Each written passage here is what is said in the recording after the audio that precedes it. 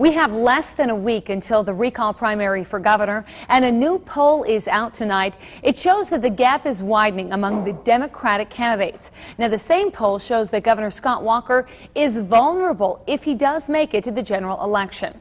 Fox 11's Ben Crumholz has our balanced coverage.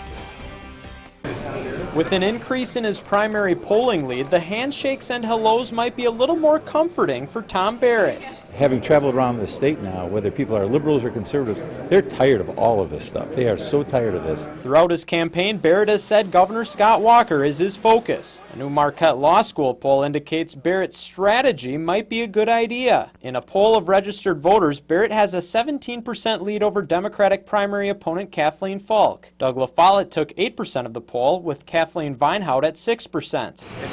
For the first time, the monthly poll also now shows Barrett is in a dead heat with Governor Walker. Barrett leads him by a percentage point among all registered voters. Among likely voters, Walker has the 1-point edge. Both counts are well within the poll's margin of error. I think voter turnout is going to be very intense, and I think in the end it's going to largely, the winning candidate will be the one who can identify the voters and get them to the polls.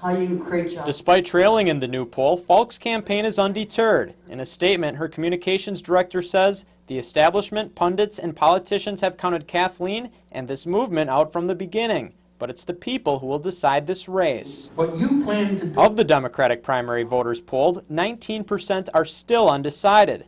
The Democratic and Republican recall primaries are next Tuesday. The general election is set for June 5th. Ben Crumholz, Fox 11 News.